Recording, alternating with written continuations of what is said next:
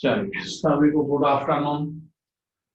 और good afternoon के साथ ही हम आज स्टार्ट करेंगे केमिकल इक्विलिब्रियम। केमिकल इक्विलिब्रियम में बेसिक कॉन्सेप्ट पहले स्टडी करेंगे और उसके बाद धीरे धीरे आगे बढ़ते रहेंगे। केमिकल इक्विलिब्रियम में आता है, वैसे ये यूनिट इक्विलिब्रियम के नाम से है, इसमें केमिकल इक्विलिब्रियम भी है, आयोनिक इक्विलिब्रियम भी।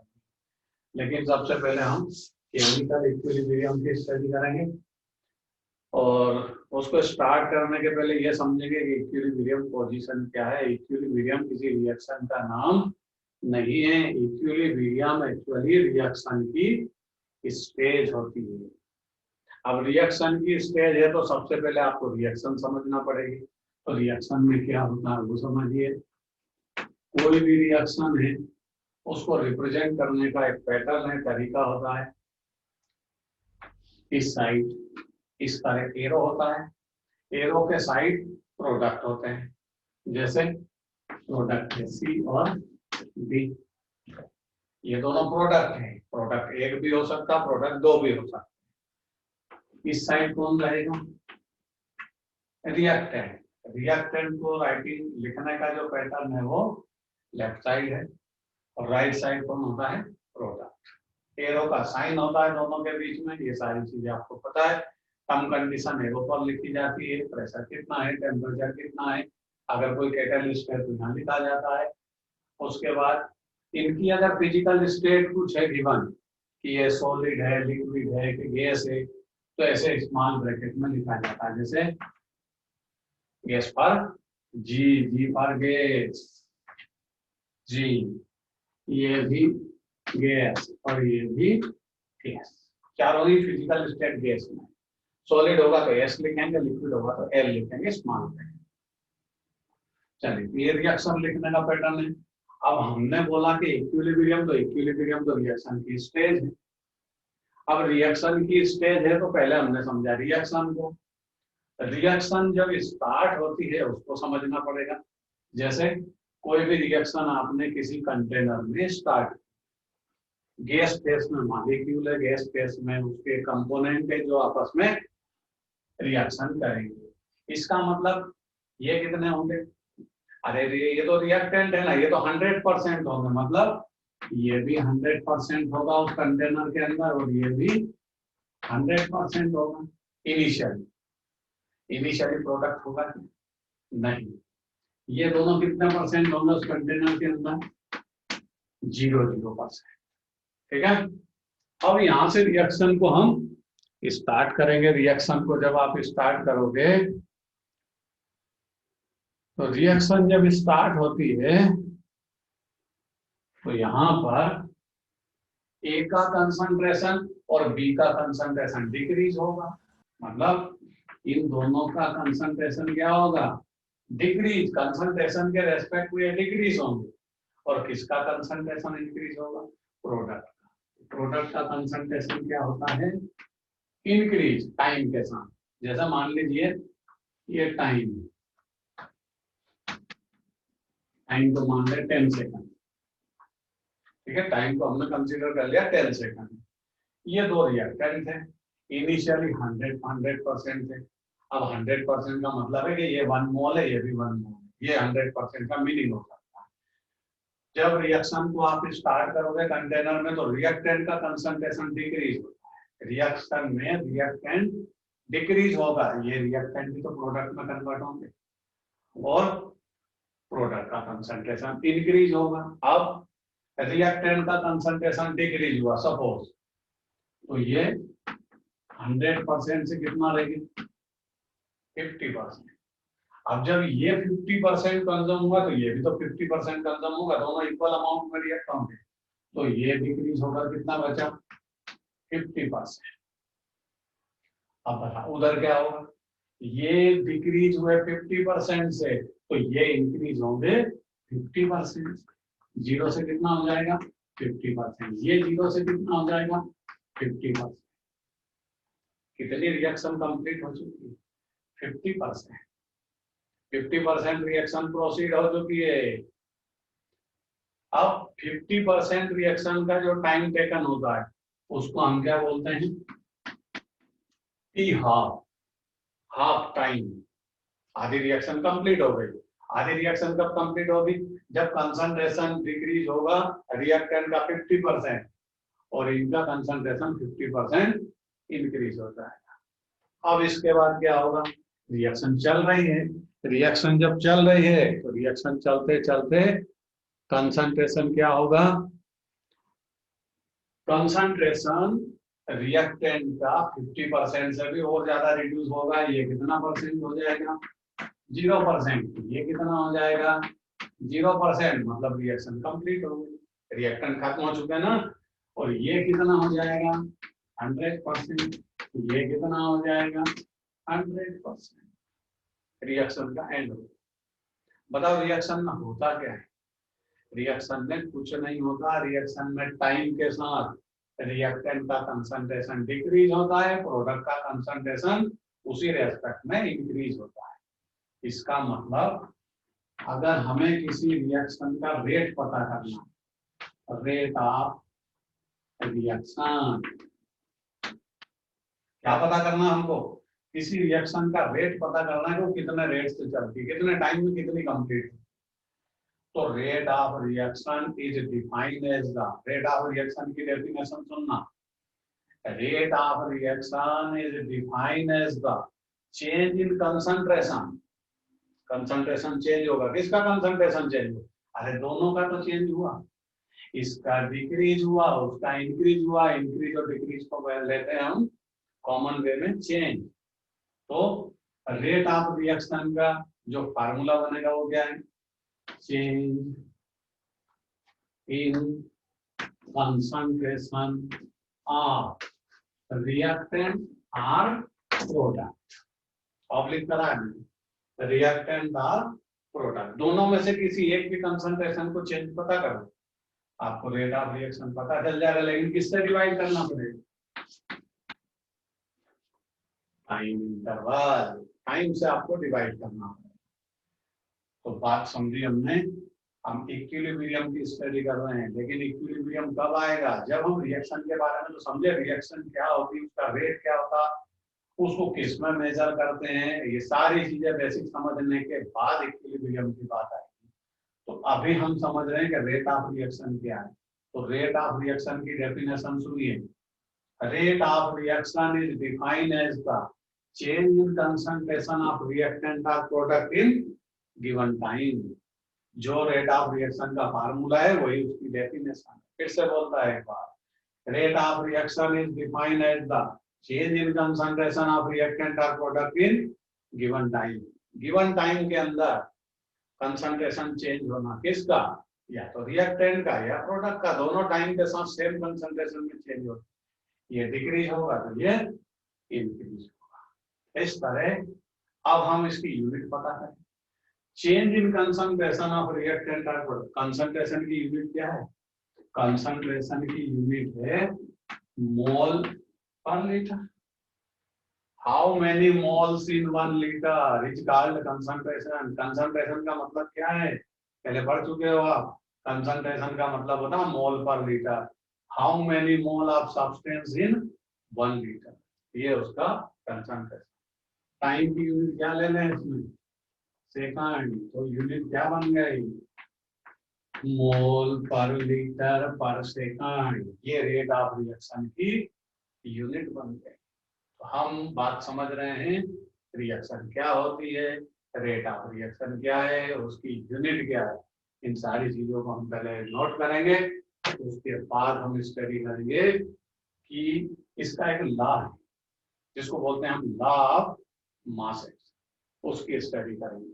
तो राइटिंग वर्क के लिए हाथ पैर चलाइए आप।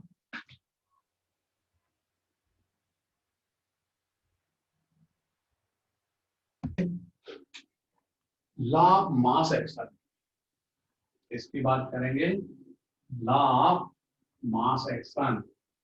आप हेडिंग लिखिए, law of mass action. Law of mass action में आता है भाई, law of mass action, law of mass action, heading लिखी है। लॉ ऑफ मास एक्शन में जब आप बात करेंगे तो ये लॉ है, एक साइंटिस्ट ने इसको प्रपोज किया है और मास के बारे में है जो एक्शन में रहता है।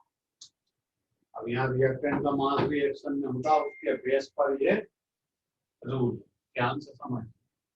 ये कोई रिएक्शन ए प्लस बी और ये सी और डी, ऐसी रिएक्शन है, पहले भी लिखी थी अभी फिर से लिखी, एग्जाम्पल वही है। A plus B equal to C D, C D product है, ए बी इसमें रिएक्टेंट। सिंपल सा कंसेप्ट है। लॉ ऑफ मास एक्शन क्या है? According to law of mass action the rate of reaction, rate of reaction is directly proportional to the product of active mass of reacting species. It means rate of reaction केवल reacting species पर depend है, product से कोई लेना देना, product पर वो depend नहीं। तो लॉ ऑफ मास एक्शन क्या है? According to law of mass action, the rate of reaction is directly proportional to the product of active mass of reacting species. Product in दोनों का मल्टीप्लिकेशन होगा active mass का, और जो product आएगा उसी के डायरेक्टली प्रोपोर्शनल क्या होगा? Rate of reaction. ये सिंपल सी thing law of mass action के नेम से फेमस। अब इसका फार्मूला बना है, तो लॉ ऑफ मास एक्शन के अकॉर्डिंग क्या है? Rate of reaction is directly proportional to the product of active mass of reacting species. जितनी भी इसमें रिएक्टिंग स्पीशीज है उनके एक्टिव मास के डायरेक्टली प्रोपोर्शनल होगी, उनके एक्टिव मास का प्रोडक्ट होगा, मींस मल्टीप्लिकेशन। ठीक है, तो इस तरह ये लॉ ऑफ मास एक्शन है। अब लॉ ऑफ मास एक्शन में क्या करें? इसमें लॉ ऑफ मास एक्शन का फार्मूला लेकर के आए। भाई आपने क्या समझा लॉ ऑफ मास एक्शन में? रेट ऑफ रिएक्शन, कोई सी भी रिएक्शन हो उसका रेट ऑफ रिएक्शन उसमें प्रेजेंट रिएक्टिंग स्पीशीज के एक्टिव मास का प्रोडक्ट होगा। मीन समझाने की बात यह है कि अगर रिएक्टिंग स्पीशीज प्रेजेंट होगी तो रिएक्शन होगी, और रिएक्टेंट होंगे ही नहीं तो कहां से रिएक्शन होगी, कहां से प्रोडक्ट आ जाएगा? प्रोडक्ट तो बाद में। चलिए, अब रेट ऑफ रिएक्शन में ये जो बिग ब्रैकेट, इसका मतलब है एक्टिव मास। ऐसे ये बिग ब्रैकेट जो लगाते हैं हम, ये किस नाम से फेमस है? ये एक्टिव मास के नाम से। एक्टिव मास क्या होता है? एक्टिव मास कुछ नहीं होता है। एक्टिव मास का मतलब है जो रिएक्शन में इन्वॉल्व होकर के एक्टिव रहे। इनएक्टिव जो रहेगा मींस जो रिएक्शन में इन्वॉल्व ना हुआ वो तो इनएक्टिव हो गया ना। तो जो रिएक्शन में इन्वॉल्व होता है उसी को हम एक्टिव मास बोलते हैं, लेकिन एक्टिव मास का सीधा मतलब होता है, कोई दूसरा मतलब नहीं है। एक्टिव मास का मतलब है कंसंट्रेशन, और कंसंट्रेशन का मतलब क्या है? अभी आपने समझे, मोल पर लीटर। कंसंट्रेशन का मतलब क्या है? मोल पर लीटर, मतलब एक्टिव मास मोल पर लीटर। अब मोल की वैल्यू बताओ क्या है? तो यहाँ एक्टिव मास आ जाएगा, एक्टिव मास इक्वल टू मोल की वैल्यू लिखूं, मोल का फार्मूला यहाँ अलग लिख देता, फिर मान mole equal to WB upon MB। ये फार्मूला है मोल का, पहले पढ़ चुके हो आप। WB क्या है?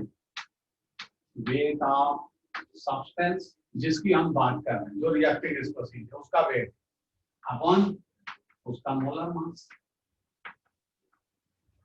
अगर किसी भी मटेरियल के मास को उसके मोलर मास से हम डिवाइड कर दे तो हमको क्या आ जाता है? मोल आ जाता है। ये मोल का फार्मूला है, mole equal to weight of substance upon molar mass, और WB अपॉन MB उसको फार्मूले के सिंबॉलिक मीनिंग में लिखते हैं। WB का मीनिंग क्या है? Wait of substance. MB का मतलब क्या है? Molar mass. यहाँ रखते हैं। तो मोल के प्लेस पे क्या रखोगे, एक्टिव मास पता करना है, WB/mv, और लीटर के प्लेस पे क्या रखते हैं, V फॉर वॉल्यूम। इस तरह हम WB/mv/V से किसी भी मटेरियल का एक्टिव मास पता कर सकते हैं। ये इसका फार्मूला है। क्लियर? ये है लॉ ऑफ मास एक्शन।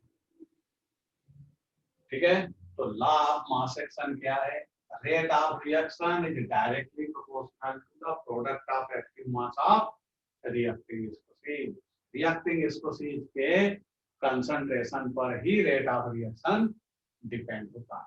अब हम इसको राइटिंग में लेंगे और उसके बाद फिर अगली स्टोरी सुनेंगे जिसको हम बोलते हैं इक्विलिब्रियम। चलिए अब हम स्टार्ट करेंगे लॉ ऑफ मास एक्शन के बाद टाइप ऑफ रिएक्शन। रिएक्शन के कितने टाइप होते हैं? रिएक्शन के टाइप रेट ऑफ रिएक्शन के बेस पर दो टाइप की रिएक्शन होती है। रिएक्शन के टाइप तो वैसे बहुत होते हैं, लेकिन हमको जिससे आज मतलब है केवल उनके टाइप की स्टडी करेंगे।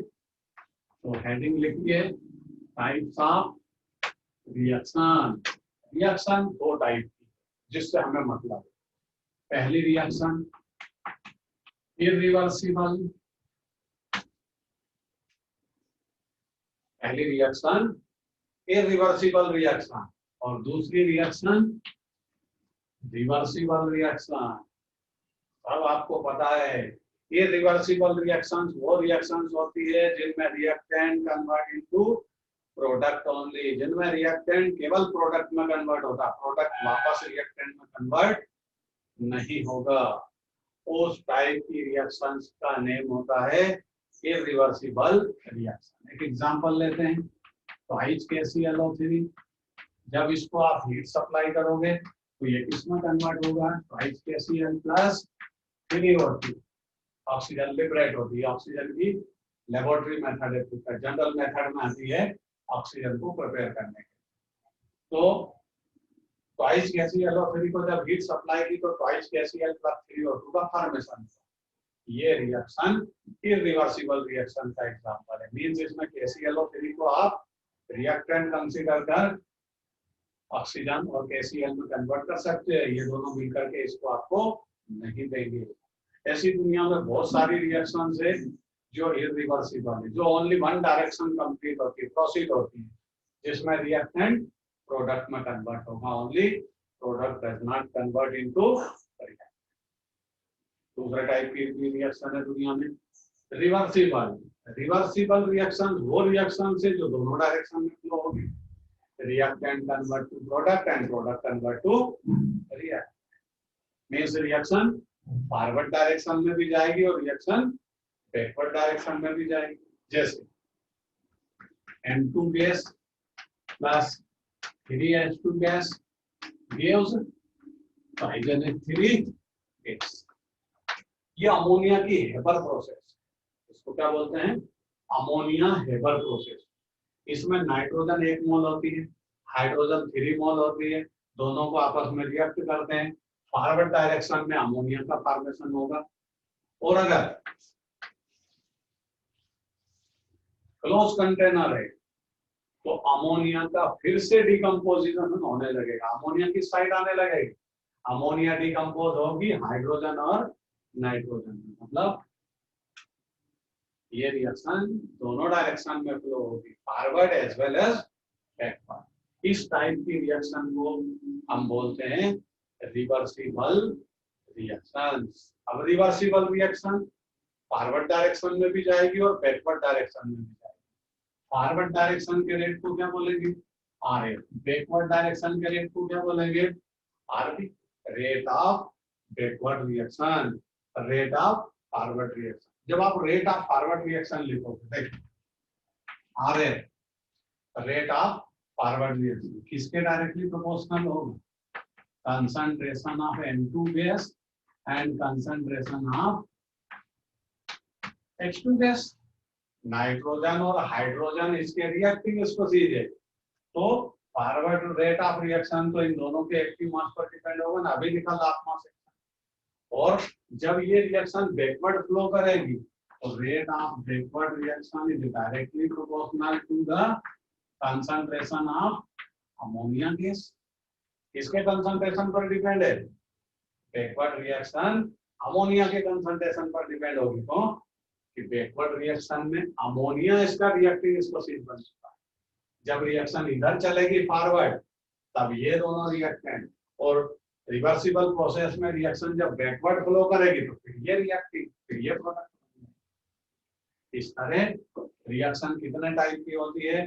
रिएक्शन दो टाइप की होती है नेचर में, इरिवर्सिबल रिएक्शन, एग्जांपल लिखा है जो सिंगल डायरेक्शन में फ्लो होगी, बैकवर्ड रिएक्शन और फॉरवर्ड रिएक्शन जब फ्लो होगी तो उस प्रोसेस का नाम हो जाएगा रिवर्सिबल। और भी एग्जांपल है इसकी, PCl5 gas gives PCl3 gas plus Cl2 gas, ये भी रिवर्सिबल प्रोसेस है।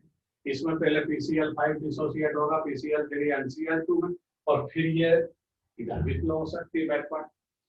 तो इस तरह की रिएक्शंस को बोलते हैं हम रिवर्सिबल रिएक्शंस। पहले इसको नोट करेंगे, उसके बाद अगली स्टोरी लिखेंगे। क्या लिखना है देखते हैं जरा, चलिए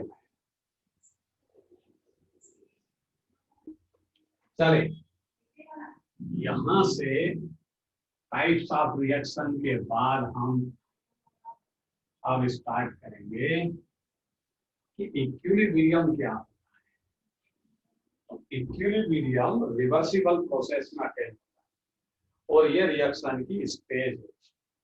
When RF equal to RB means the rate of forward reaction is equal to the rate of backward reaction। जिस स्पीड से रिएक्टेंट प्रोडक्ट के साइड जा रहे हैं उसी स्पीड से अगर प्रोडक्ट रिएक्टेंट के साइड आने लगे मीन्स उनका rate of flow means forward reaction का रेट और बैकवर्ड रिएक्शन का रेट इक्वल हो जाए तो रिएक्शन की ऐसी स्टेज को हम बोलते हैं इक्विलिब्रियम। देखिए जैसे ए ये गैस है, बी गैस, ये सी गैस और डी भी गैस, ये फिजिकल स्टेट है। अब क्या देखें, ए और बी क्या है इसमें रिएक्टेंट और सी डी क्या है प्रोडक्ट। ठीक है, अगर मान लीजिए हम रेट ऑफ फॉरवर्ड रिएक्शन की बात करें तो रेट ऑफ फॉरवर्ड रिएक्शन के रिएक्टिव स्पीशीज कौन है? A B. तो उसके बारे में rate of forward reaction, F का मतलब होता है फॉरवर्ड रिएक्शन का रेट लिख रहे हैं। Rate of forward reaction is directly proportional to according to law of mass action. RF is directly proportional किसके होगा? Concentration of A and concentration of B. Clear? ये लॉ ऑफ मास एक्शन के according बनेगा कि rate of forward reaction is directly proportional to the concentration of A B, इसका product होगा। चलिए proportional के साइन को हटा, तो प्रोपोर्शनल के साइन को हटाएंगे तो कोई कांस्टेंट रखना पड़ता है, ऐसा रूल है। तो rate of forward reaction equal to K F. अब फॉरवर्ड रिएक्शन के लिए कांस्टेंट रखा तो के एफ रखा, और क्या लिख देंगे A into B. Equation number first बन गई ये फॉरवर्ड रिएक्शन का रेट। अब लेते हैं बैकवर्ड रिएक्शन। तो बैकवर्ड रिएक्शन का रेट में रिएक्टिव स्पीशीज कौन हो जाएगा? सीडी। तो क्या बनेगा? Rate of backward reaction is directly proportional to C into D. Clear? Backward reaction का रेट सीडी के डायरेक्टली प्रोपोर्शनल होगा, उसके कंसंट्रेशन उसके एक्टिव मास के। अब यहाँ भी कांस्टेंट है, ये प्रोपोर्शनल का साइन है तो कांस्टेंट पुट अप करना पड़ेगा। तो क्या बन जाएगा? RB rate of backward reaction equal to constant put up करना है, क्या लिखें केपी, बी पर बैकवर्ड रिएक्शन का constant, C into D. Equation number two. अच्छा, इन सबकी फेस क्या है?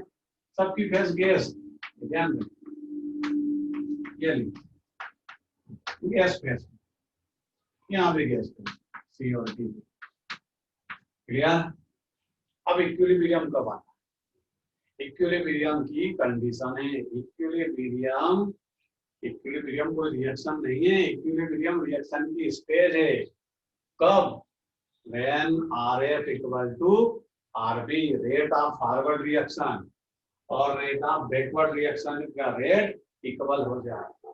मतलब इक्विलिब्रियम कब शिफ्ट होगा? when RF equal to RB। जैसे मान लीजिए इसका एक मोल उधर गया, और उसके एक मोल फिर से इधर आ गए, तो क्या बोलोगे? Rate of forward reaction equal to the rate of backward reaction. इस रिएक्शन की स्टेज का नाम होता है इक्विलिब्रियम। तो इक्विलिब्रियम का मतलब समझ में आया? इक्विलिब्रियम का मतलब होता है वो रिएक्शन की स्टेज है जिसमें rate of forward reaction is equal to the rate of backward reaction होगा। अब इन दोनों इक्वेशन को हम मिला, फर्स्ट इक्वेशन और सेकंड इक्वेशन, तो नई इक्वेशन बनेगी। क्या बन जाएगी? कहाँ लिखें? यहाँ लिखें, यहाँ लिखते हैं। नई इक्वेशन क्या बनेगी? इक्वेशन फर्स्ट और इक्वेशन सेकंड को इक्वल लिखेंगे। क्या लिखें? RF equal to RB। यही तो इक्विलिब्रियम की स्टेज है। अब इक्विलिब्रियम शिफ्ट कब होता है, पहले उसकी बात कर रहे हैं। इक्विलिब्रियम शिफ्ट तब होता है जब रिवर्सिबल प्रोसेस, रिवर्सिबल प्रोसेस में ही इक्विलिब्रियम अटेन होगा, इक्विलिब्रियम आएगा।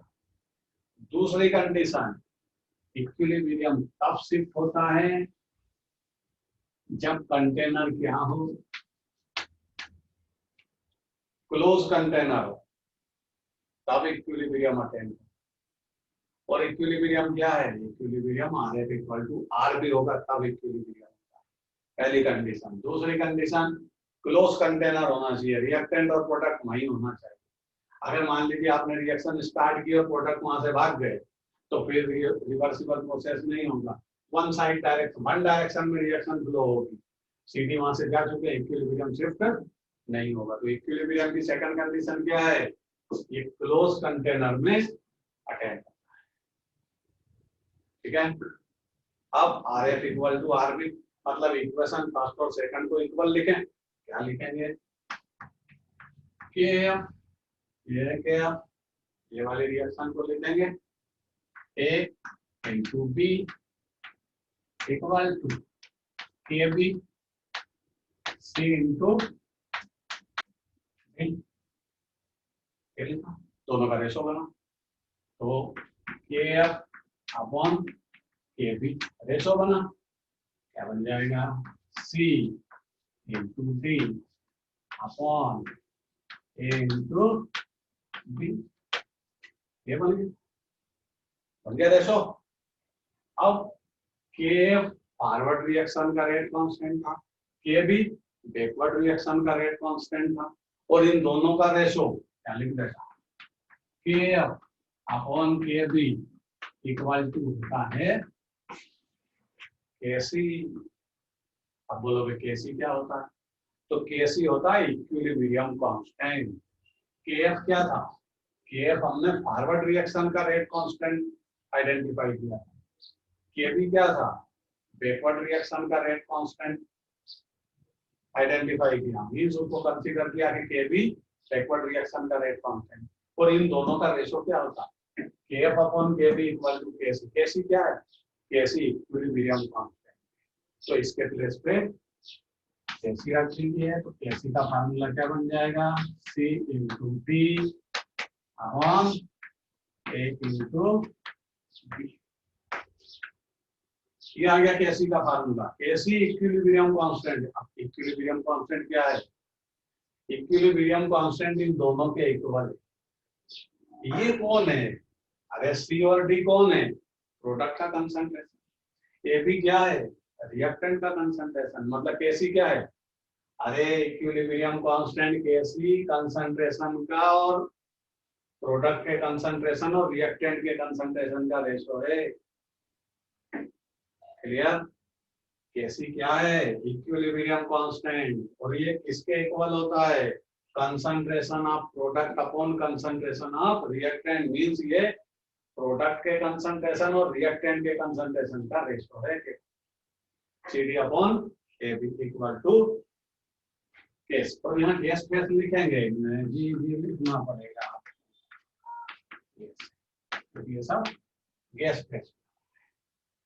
तो इसको हम बोलेंगे इक्विलिब्रियम। मींस इक्विलिब्रियम की पोजीशन, इक्विलिब्रियम क्या है? पहली बात, इक्विलिब्रियम एक स्टेज होती है रिएक्शन की जिसमें RF equal to RB, rate of forward reaction is equal to the rate of backward reaction. जब कोई रिएक्शन चल रही है और वो रिवर्सिबल प्रोसेस है तो उसमें फॉरवर्ड रिएक्शन का रेट जब बैकवर्ड रिएक्शन के रेट के इक्वल हो जाए, मींस जितने मोल रिएक्टेंट के प्रोडक्ट साइड कन्वर्जन होते हैं उतने ही मोल प्रोडक्ट के रिएक्टेंट साइड कन्वर्जन हो जाए, तो उसको हम बोलते हैं इक्विलिब्रियम। इक्विलिब्रियम की पहली condition RF equal to RB। दूसरी कंडीशन वो क्लोज कंटेनर में होना चाहिए। ओपन कंटेनर है तो इक्विलिब्रियम शिफ्ट नहीं होगा। क्लियर? फिर ये फार्मूला लिखेंगे, उसके बाद अगली बात करेंगे। अभी नोट करिए।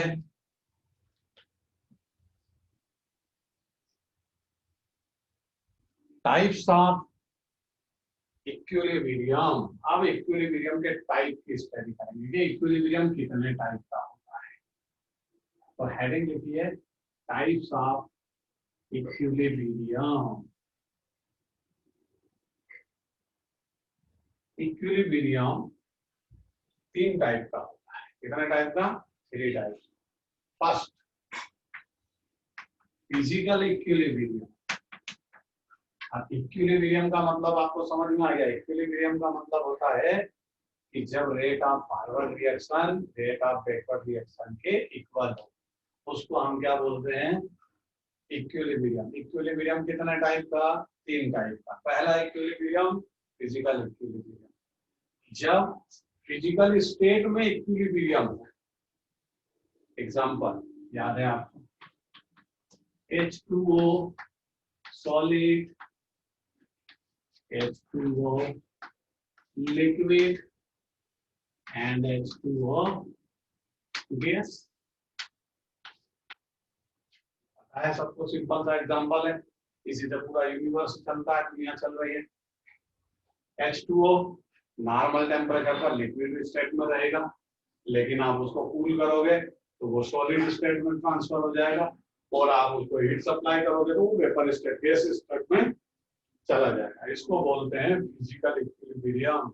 किसी मटेरियल की फिजिकल स्टेट में equilibrium means forward reaction backward reaction के इक्वल, उसको बोलते हैं फिजिकल इक्विलिब्रियम। इसका और भी बहुत सारे एग्जांपल है। सल्फर भी रहता है इसी तरह डिफरेंट केस में, तो वो सल्फर का इक्विलिब्रियम होता है। उसकी फिजिकल स्टेट में वो अपने आप इक्विलिब्रियम होता है। दूसरे टाइप का इक्विलिब्रियम केमिकल इक्विलिब्रियम। कोई रिएक्शन, केमिकल इक्विलिब्रियम का मतलब होता है कोई रिएक्शन गैसियस स्टेट में हो और उसके rate of forward reaction equal to the rate of backward reaction, तो उसको बोलते हैं केमिकल इक्विलिब्रियम। एग्जांपल देखते हैं। पहला example, N2 gas plus 3H2 gas gives 5NH3 gas.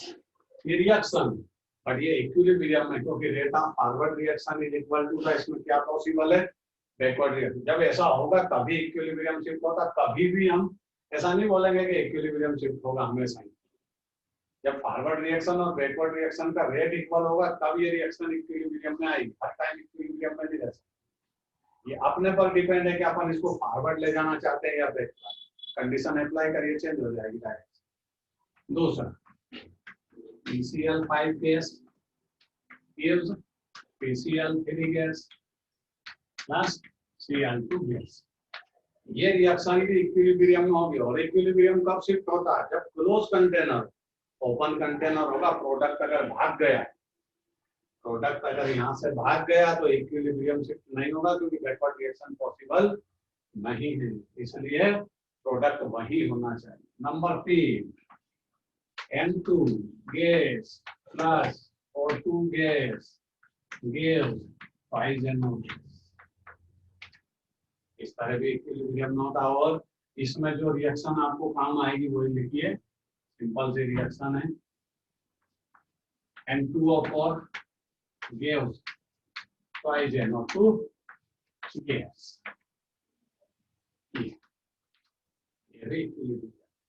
और लिखते हैं इक्विलिब्रियम का, H2 gas plus I2 gas gives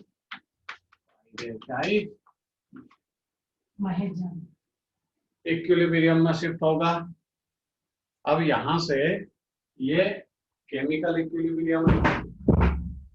इन चारों एग्जांपल को लिखिए, पांचवा एग्जांपल और मैं लिखता, तो HSO2 gas plus O2 gas gives HSO3 gas. ये केमिकल इक्विलिब्रियम के एग्जांपल है, बोर्ड पर से नोट करिए।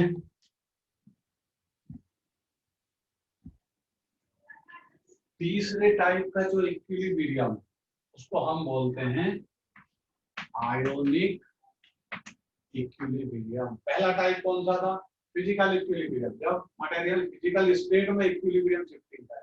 दूसरा टाइप का केमिकल इक्विलिब्रियम, जिसमें केमिकल रिएक्शन इक्विलिब्रियम है। और तीसरा आयोनिक इक्विलिब्रियम, जिसमें आयन आपस में इक्विलिब्रियम में शिफ्टिंग करे। आयन कब पैदा होंगे?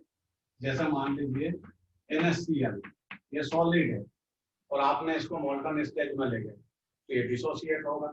हीट सप्लाई करोगे तो ये डिसोसिएट होगा, या इसको वाटर में डिसॉल्व कर, तो ये क्या फॉर्मेशन करेगा? Na+Cl-।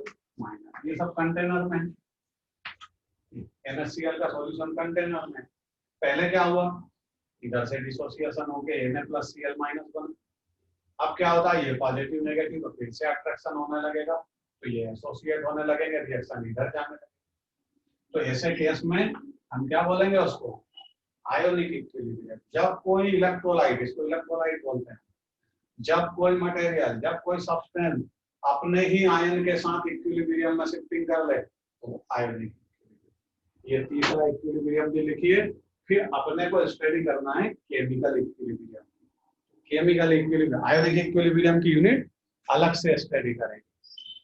तो यहाँ पर केमिकल इक्विलिब्रियम के हम करेंगे केसी का रिप्रेजेंटेशन कैसे होता है। किसी भी रिएक्शन के लिए हम केसी को कैसे रिप्रेजेंट, तो अलग अलग रिएक्शंस होगी, उसमें हम ये रिप्रेजेंट करेंगे कि केसी का फार्मूला कैसे बना है। केसी के फार्मूले में एक कंसेप्ट है कि जो मटेरियल गैसियस मटेरियल होते हैं वही आते हैं। अगर कोई सॉलिड लिक्विड है तो केसी के फार्मूले में वो प्रेजेंट नहीं होगा। कैसे? समझिए, एक example, N2 gas plus 3H2 gas gives 5Na3 gas. ये रिएक्शन है, इक्विलिब्रियम में है। अब इसका केसी का फार्मूला बना है, तो आपको केसी का फार्मूला क्या सिखाया था? KC equal to C into D upon A into B, ऐसा फार्मूला सीखा है। Concentration of product upon concentration of reactant, यही केसी का फार्मूला। इसमें ढूंढा। अब यहाँ ABCD नहीं लिख सकते क्योंकि यहाँ नाम है अलग अलग, तो केसी का फार्मूला इस रिएक्शन के लिए बना है। केसी प्रोडक्ट कौन है? अमोनिया। गैस, गैस होगा तो फार्मूले में आएगा। दूसरी चीज, ये जो कंसंट्रेशन है ये पावर में जाए, ध्यान से समझिए। ये NH3 गैस, अमोनिया का कंसंट्रेशन क्या है? 2, तो अमोनिया की पावर होगी 2s। ये केसी का फार्मूला बनाने का तरीका। Upon nitrogen reactant N2 gas, single power, क्योंकि ये तो 1 मोल, ये 3 मोल है, क्या लिखोगे? H2 गैस की पावर 3। ये केसी का अमोनिया के हेबर प्रोसेस। कौन सी रिएक्शन है? Ammonia Haber's process. अमोनिया की जो हेबर प्रोसेस है रिवर्सिबल प्रोसेस। इसमें नाइट्रोजन का 1 मोल 3 मोल हाइड्रोजन के आपस में रिएक्ट होते हैं सेम कंटेनर में और अमोनिया का फॉर्मेशन। और जब RF इक्वल टू R भी होगा तो इसमें इक्विलिब्रियम शिफ्ट हो जाएगा। इक्विलिब्रियम शिफ्ट होगा तो इक्विलिब्रियम कांस्टेंट होगा। इक्विलिब्रियम कांस्टेंट क्या होता है? Concentration of product upon concentration of reactant. तो यहाँ पर अमोनिया प्रोडक्ट था, गैस फेस में लेना है, गैस फेस होगा उसी को लेना है। क्यों कि रिएक्शन में गैस फेस का मटेरियली इन्वॉल्व होता है। सॉलिड के मोल यूनिट होता है। सॉलिड के मोल केसी के फार्मूले में यूनिट कंसीडर होगा, वो केमिकल रिएक्शन में इन्वॉल्व नहीं होते, इसलिए उनको यहाँ नहीं लिखा जाए। जैसे दूसरा example CaCO3 solid gives CaO solid plus CO2 gas. ये रिएक्शन है इक्विलिब्रियम। तो ये सॉलिड है, ये भी सॉलिड है, ये केसी के फार्मूले में नहीं आएंगे। क्यों? तो सॉलिड यूनिट कंसीडर, मोल पर लीटर इनका यूनिट कंसीडर होगा, इसलिए ये वहां से हट जाएंगे, ये केसी के फार्मूले में नहीं आएंगे। अब देखिए फार्मूला कैसे बनेगा और हटेगा कैसे, दोनों तरीके समझा दें। लिख सकते हो आप और फिर हटाना पड़ेगा ये बोलकर कि केसी के फार्मूले में सॉलिड का कंसंट्रेशन यूनिट होता है, इसलिए वो लिखे नहीं जाए। तो लिख के बता देना CaO solid CO2 gas, single concentration, क्योंकि इसका सिंगल कंसंट्रेशन है, पावर सिंगल होगी, सिंगल पावर यूज नहीं होती। और यहाँ क्या लिखोगे? CaCO3 सॉलिड बाय सॉलिड का केसी के फार्मूले में कोई रोल नहीं, तो केसी का फार्मूला क्या बन जाएगा? KC equal to concentration of CO2 gas single power, यही केसी के फार्मूले में होगा। क्लियर? बात समझ में आ गई? सेकंड एग्जांपल से इनको नोट करिए, फिर 3 फार्मूले और हैं उनके बारे में लिखूंगा।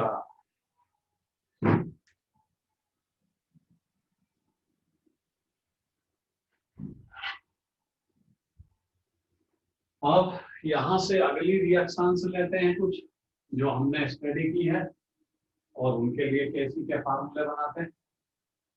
देखते हैं भाई क्या बनेगा। जैसे third PCl5 gas gives PCl3 gas plus Cl2 gas। केसी का फार्मूला बनाइए भाई, क्या बन जाएगा? PCl3 gas into Cl2, product का कंसंट्रेशन अपर साइड रहेगा, भूल मत जाना, अपॉन PCl5 गैस। ये बन गया, तीनों गैस मटेरियल है तीनों, लेकिन अपनी अपनी जगह। प्रोडक्ट आएगा अपर साइड और रिएक्टेंट आएगा down side. Number 4 5SO2 gas plus O2 gas gives 5SO3 gas. वही फार्मूला बनेगा केसी का, केसी इक्वल टू SO3 गैस की पावर 2, कंसंट्रेशन की पावर यूज होती है। ये इधर हो गया SO2 गैस की पावर 2 इंटू O2 गैस की पावर 6। ये बन गया। अब कुछ आप रिएक्शन की आपको बनाना है, मैं 2 रिएक्शन लिख देता हूँ। यहाँ पर उनका केसी का आपको फार्मूला बनाना है। H2 gas I2 gas 5HI gas, एक आपको इसका बनाना है, दूसरा बनाना है N2O4 gas gives 5NO2 gas. बनाइए भाई, इन 2 के फार्मूले आप बना लीजिए। ये केसी का कंसेप्ट है और इसी कंसेप्ट के साथ आज की स्टोरी हम खत्म करते हैं। कल फिर मुलाकात होगी इसी टाइम।